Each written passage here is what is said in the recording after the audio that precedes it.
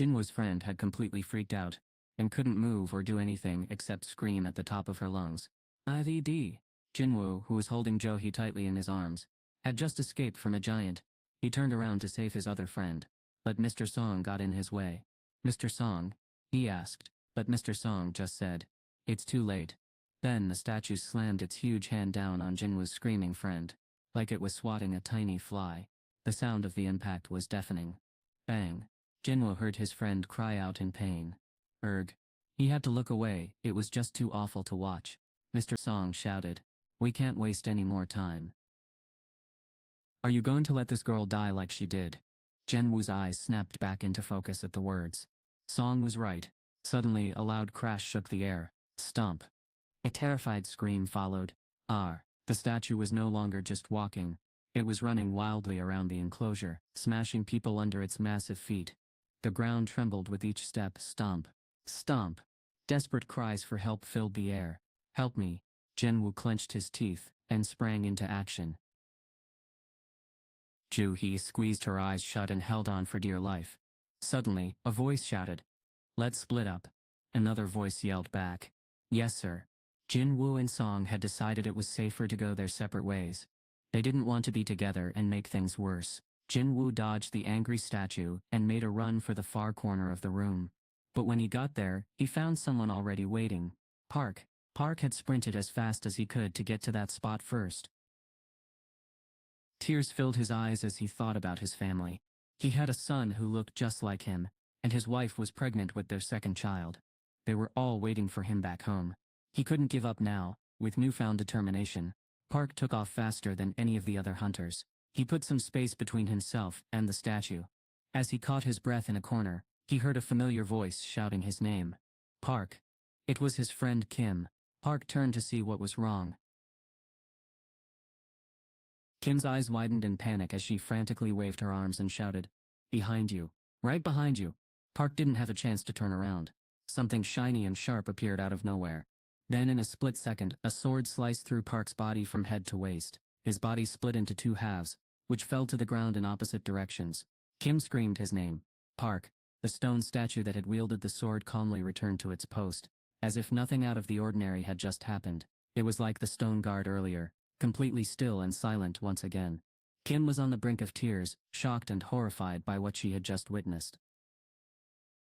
"Get out of here." Bam. Bam. The giant statue was smashing everything in its path, crushing people beneath its massive feet. Stone guards were attacking anyone who tried to escape into the corners. People screamed and cried out in pain. "Ah, my arm is hurt." Panic filled the air. Jin-Woo was getting really tired. Sweat dripped down his face, and his legs felt like lead. His lungs burned as he struggled to catch his breath. Huff, huff. He was exhausted, but he knew he had to keep moving. The statue and guards were still coming for him. One thought kept repeating in his head. Praise God. Praise God. It was the second commandment, and it just wouldn't leave him alone. He felt like the answer to their problem was hidden somewhere in this room. They had to find something useful, but when they first got here, they searched every inch of the place and didn't find anything. The only things that seemed to be moving were those stone statues, and that's still true now. Wait. Jin-Woo's eyes suddenly lit up with a crazy idea. He looked around and realized that the only things moving in the whole room were the statues. "Wait a minute," he exclaimed. His eyes grew wide with excitement. "Why didn't I think of this before? If the stone statues were the only things that could move, then maybe they could use them to their advantage." But there was a catch. The statues only came to life when someone got too close. Jin-Woo's mind started racing with possibilities. He took a deep breath and shouted across the room, "Everyone, get to a statue with a musical instrument." Now, all the hunters heard him and stopped what they were doing. At first they looked confused. "A musical instrument," one of them repeated. But then a spark of hope appeared in their eyes. Maybe, just maybe, Jin-Woo was onto something big. They sprang into action. A big change from when they were told to bow down to the huge statue. If Jin-Woo was wrong, they'd be in trouble as soon as they got close to the statues. But for now, everyone trusted him. Song found a statue that looked like it would work. He froze, holding his breath, as he gazed up at it. The statue's fingers began to move toward its harp. A beautiful sound filled the air. Strum, strum. It worked. Someone exclaimed. "Find one with an instrument. Fast." The hunters rushed to the nearest statues, eager to try their luck. A statue blew a loud blast on its bugle, and then another one started playing a flute. A third statue joined in, strumming a lyre. The music filled the air. Kim was so tired that he fell to the ground in front of a statue, holding a lute. Huff, huff, huff, huff. He couldn't catch his breath. Suddenly the big colossus stopped chasing him. A smaller statue began playing a gentle tune on its lute. Plink, plink. The music was like magic. Kim felt overwhelmed with emotions, and started crying uncontrollably as he knelt on the ground. The giant spun around, its eyes scanning the area for its next target. When their eyes met, Jin-Woo's heart almost stopped. Crap, he muttered, his back suddenly soaked in cold sweat. He was terrified. The giant had locked onto him, and Jin-Woo knew he was in trouble. Why wasn't his plan working? He glared at the stone statue in front of him, feeling frustrated and scared. His breath caught in his throat as he tried to think of what to do next. The giant statue stood still, a drum clutched in its hand. But then, without warning, it sprang to life. Stomp, stomp, stomp. The ground shook as the statue charged forward at a terrifying speed. Just moments before, it had been on the opposite side of the enclosure. But now it was closing in fast. Jin-Woo's eyes went wide, and he gulped. He wondered if the statue was coming for them, because his friend Joo-hee and he were standing there together. He couldn't think of any other reason why it would suddenly start moving. The other stone guards were playing their instruments just fine. But Jin-Woo didn't have time to think about that. He gently set Joo-hee down, and got ready to make a run for it. Jin-Woo, Joo-hee whispered, clinging to his sleeve in fear. He leaned in close and whispered back, "If we stay together, we'll both be in danger." Tears started welling up in her eyes, and her fingers trembled as they gripped his sleeve. But there was no time to explain things to her. Jin-Woo carefully pried her hand loose, and took off running. As he looked back, the stone statue behind Joo-hee began banging its drum in a slow beat boom. ba-doom, boom. Jin-Woo felt a surge of hope. Now all he had to do was find another musician to team up with. He was the only one left without a stone guardian playing an instrument to protect him. The giant's anger was all about him now. He sprinted across the room, desperate to avoid those gigantic feet. They came crashing down. Stomp. Stomp. He tripped and fell, but somehow managed to dodge getting squished. Panting heavily, he scrambled to his feet. Huff, huff. Luckily, Jin-Woo's super strong body saved him from disaster. Even though he wasn't the strongest hunter, his powers gave him an edge. Just a little farther, he watched the giant's every move, pouring all his energy into his legs, ready to make a final dash to safety. Jin-Woo picked up speed, his feet pounding the ground. He was just a few steps away from a massive stone statue. Suddenly Song yelled out, "Not that one." Jin-Woo's head jerked forward in surprise. He had been so focused on the giant statue that he hadn't noticed anything else. As he got closer, he let out a shocked "ah." The object he thought was a musical instrument from far away wasn't what he expected. It was actually a shield. The statue slammed down its shield, without warning. "Whoa," Jin-Woo yelled, throwing himself to the side just in time. Joo-hee screamed "no" as Jin-Woo rolled out of the way. As he looked up, he saw the giant looming over him. It's just one thing after another, he thought, feeling overwhelmed. His vision started to blur because blood was dripping into his eyes from a cut on his forehead. He must have gotten hurt when he rolled away from the statue's attack. Jin-Woo's vision started to blur and he couldn't see very far. He frantically scanned his surroundings, searching for something. Where was the statue with an instrument? He looked high and low, but it was nowhere to be found. Just then, a giant lifted its foot, ready to crush him. Jin-Woo dodged to the side at the last second, barely escaping disaster. The ground shook as the giant's foot came down. Stomp. But Jin-Woo was running out of energy and couldn't keep this up for much longer. Jin-Woo felt like he was going to pass out, and his legs wobbled all over the place. He thought, "Please, if there's a god out there, have mercy on me." As he looked around, he spotted a statue that didn't seem threatening. It wasn't holding a weapon or a musical instrument. Jin-Woo wondered if this could be his only hope. With his last bit of energy, he crawled towards the statue and flopped down beside it, facing the giant monster that was closing in on him. Jin-Woo was completely out of breath.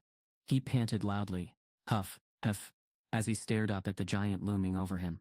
The giant's scowl looked even angrier than before, probably because Jin-Woo had managed to dodge it so many times.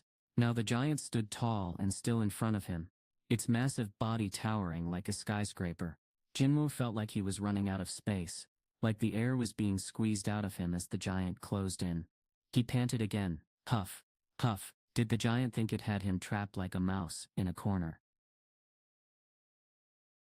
Jin-Woo was frozen in fear, staring up at the giant looming over him. This was it.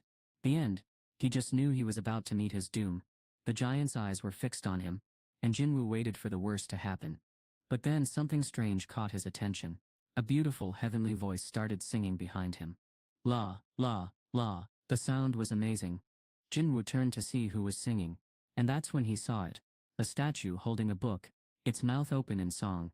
Every time the statue sang, its beautiful voice echoed off the walls of the chamber. La, la, la, la, la, la, la. The giant, which had been staring at Jin-Woo with an intense gaze, started to calm down. Its expression slowly returned to normal, as if it was being soothed by the singing. The giant's scrunched-up face relaxed and its expression turned blank again. As the music ended, it spun around and headed back to its throne, just like the smaller statues. It was as if nothing out of the ordinary had happened. Then a loud thud shook the temple as the giant sat down. The sound echoed off the walls. Jin-Woo let out a sigh of relief and smiled slightly. Huff, huff. Guess I made it, he said. Just then, Joo-hee sprinted toward him, concern etched on her face. She sprinted to Jin-Woo's side, her feet pounding the ground. She dropped to her knees and burst into tears. What can I do? What can I do? She cried out in desperation. With shaking hands, she tried to cast a healing spell, pouring all her magic into it, but nothing worked. No magic flowed from her fingers. The other hunters slowly gathered around Jin-Woo, their faces filled with worry and fear. No, Jin-Woo, they whispered. Joo-hee was a mess, sobbing uncontrollably. What was going on? Why was everyone so scared? Just then, Jin-Woo gasped for air. He wanted to ask what was wrong, but when he tried to speak, no words came out. He struggled to sit up, using his arms to lift his hurting body. As he looked down, he saw a shocking sight. From his waist down, everything was covered in blood. Suddenly, it all made sense. This was why he felt so weird. His eyes widened as he stared at his right leg, or what was left of it. It had been cut off just above the knee. Jin-Woo was on a mission to find the stone statue with a shield. As he approached it, he noticed something gross. Blood was stuck to the edge of its weapon. But what really caught his attention was the rest of his leg, which was lying right below the shield. Just then, Joo-hee let out a weird sound. Drip, drip. Her nose had started bleeding. This was a bad sign. It meant she was totally exhausted. The problem was, even with some pretty powerful healing magic, there was no way to fix a severed limb. Imagine trying to fill a bucket with holes in it. No matter how much water you add, it just keeps leaking out. That's what Joo-hee felt like as she tried to help her friends. That's enough. Joo-hee, you can stop now, someone said gently. But Joo-hee was determined. I'll fix you. I'll make you better, she exclaimed. The others looked on with sad eyes. Out of the 17 people who had started this journey, only 6 were left, and 2 of them, Song and Jin-Woo, were badly hurt. Song had lost an arm, and Jin-Woo had lost a leg. They were lucky to be alive, but no one was celebrating. Just then, a loud noise filled the room. Krr. K. The divination circle in the center of the temple started to rise up. A message appeared. Thou shalt prove thy faith. Jin-Woo had a feeling he knew what this meant. The divination circle stopped rising after it reached a height of about 2 stairs. An altar, Jin-Woo muttered to himself. But the others were listening closely. They were surprised earlier. They had thought someone powerful must have saved their lives. But it was actually Jin-Woo, a low-ranking hunter they didn't think much of. If it wasn't for Jin-Woo, they would be in big trouble. Everyone felt grateful to him, and his words were the only thing that gave them hope. The others looked at him with new eyes, wondering what he would say next. Jin-Woo accidentally let a big word slip out. Altar. Kim's eyes lit up and he said, I see. I see. He pulled out a sword that was usually used to fight magical creatures, but now it was needed for something entirely different. I'm not the smartest guy, but even I know what's going on here, Kim said. The others got nervous when they saw the sharp blade in Kim's hand. One of them asked, Hey Kim, why did you pull out your sword? Another hunter tried to calm things down, saying, "Let's talk about this, okay?" With their strongest team member Song hurt, nobody could stop Kim. He was a strong D-rank hunter, and now he was in charge. Kim pointed his sword at the altar, his eyes gleaming with intensity. The last commandment flashed before them. "Thou shalt prove thy faith." Suddenly, an altar popped up in the middle of the room. Jin-Woo's friend looked at him with a worried expression. "Song, doesn't this mean we have to sacrifice someone?" he asked. Jin-Woo nodded in agreement. He had been thinking the same thing. One of the 6 survivors would have to be an offering. That's what the last commandment probably meant. Jin-Woo glanced up as he sensed someone approaching. It was Kim, and his eyes looked really creepy as he walked towards Jin-Woo. Jin-Woo's face was slick with sweat. A single bead trickled down his cheek as he tried to speak. "Mr. Kim, what's going on?" But before he could get the words out, Mr. Kim cut him off. "Be quiet and don't move," he shouted, his sword glinting as he pointed it at Song. Song had been kneeling beside Jin-Woo, checking his injuries. Now he looked up at Mr. Kim, his eyes flashing with anger. "You're blaming me for this mess?" he asked, his voice low and even. "I'm the one who got us into this, so I should be the one to see it through, right?" Jin-Woo's face twisted in rage as he tried to jump up, but Song's rough hand clamped down on his shoulder, holding him back. Jin-Woo glared at Mr. Kim, then turned to Song, expecting him to do something, but Song just shook his head silently, his expression serious. Jin-Woo's eyes locked onto Song, begging him to stay silent. Jin-Woo had a lot on his mind, but he bit his tongue and said nothing. Song slowly stood up, his movements labored. "Kim is right," he agreed. "I need to handle this." Kim sneered, pointing his sword at the altar. "Looks like we're finally on the same page, old man," he said with a smirk. "Let's just get this over with already. More than 10 people have died because of what's happening, and it's devastating." Kim's best friend, Park, was one of them. Kim is consumed by sadness and anger, and it's clouding his mind. He can't think straight right now. In the heat of the moment, he forgot that they had all agreed on a plan before entering this super tough dungeon. Song tried to calm Kim down, talking to him in a gentle voice. Kim glared at Song, his weapon still pointed at him.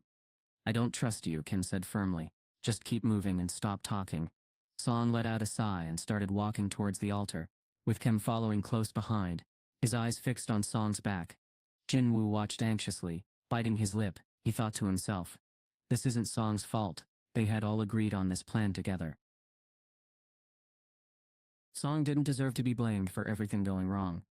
But the truth was, Jin-Woo couldn't stand up to Kim. Kim was a super strong D-ranker, while Jin-Woo was one of the weakest D-rankers. The power difference between them was huge, and to make matters worse, Jin-Woo had just lost a leg, which made him even more vulnerable. Jin-Woo was in a tough spot. If he stood up to Kim, he would be putting himself and Joo-hee in danger. Joo-hee was still helping him, and he didn't want to risk her getting hurt.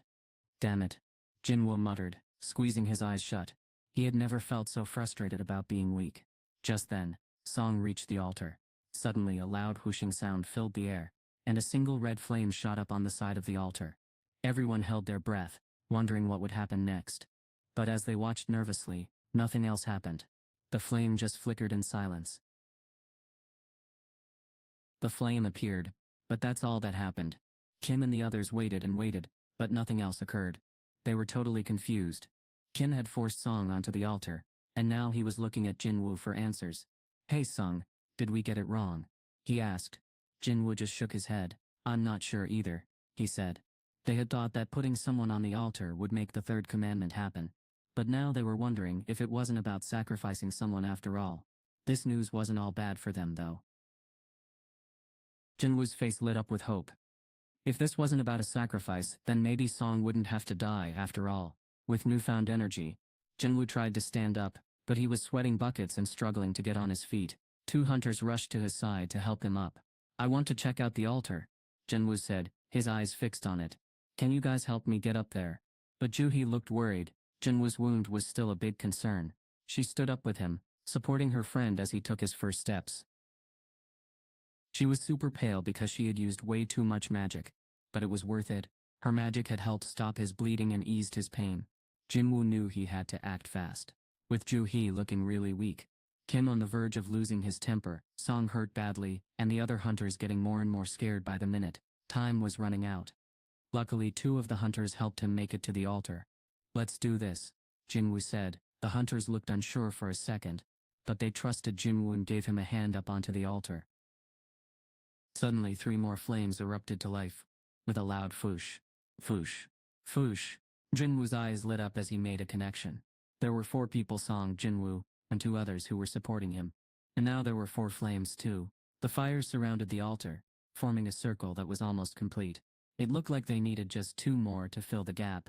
This meant their other friends would have to join them on the altar for something to happen. Jin-Woo turned to Song and asked, "If we wait here, will other hunters come to rescue us?" But Song just shook his head. It's been a whole week since the mysterious gate swung open.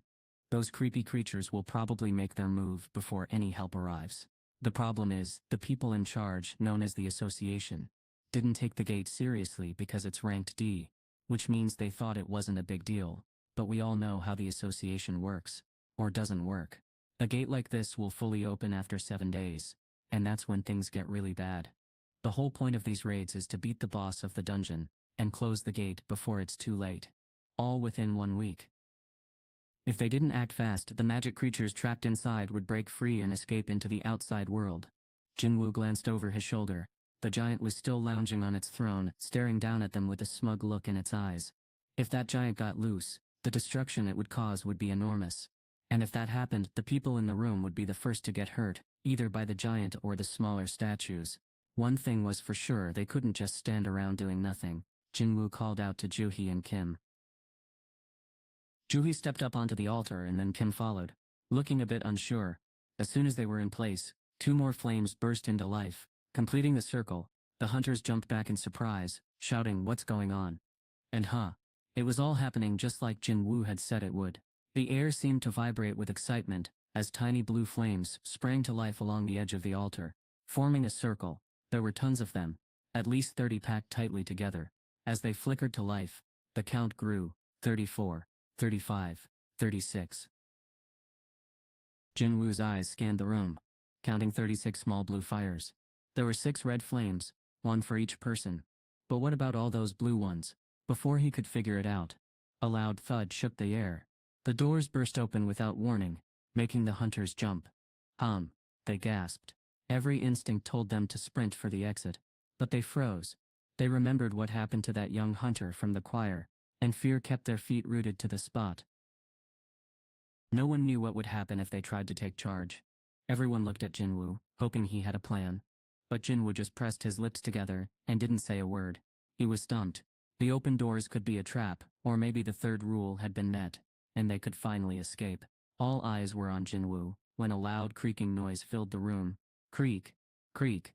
The hunters quickly scanned their surroundings, looking for what was making the sound. "What's happening now?" someone asked. "They're closing in on us," another hunter exclaimed. Those things just moved. The hunters' breathing got faster as they waited to see what would happen next.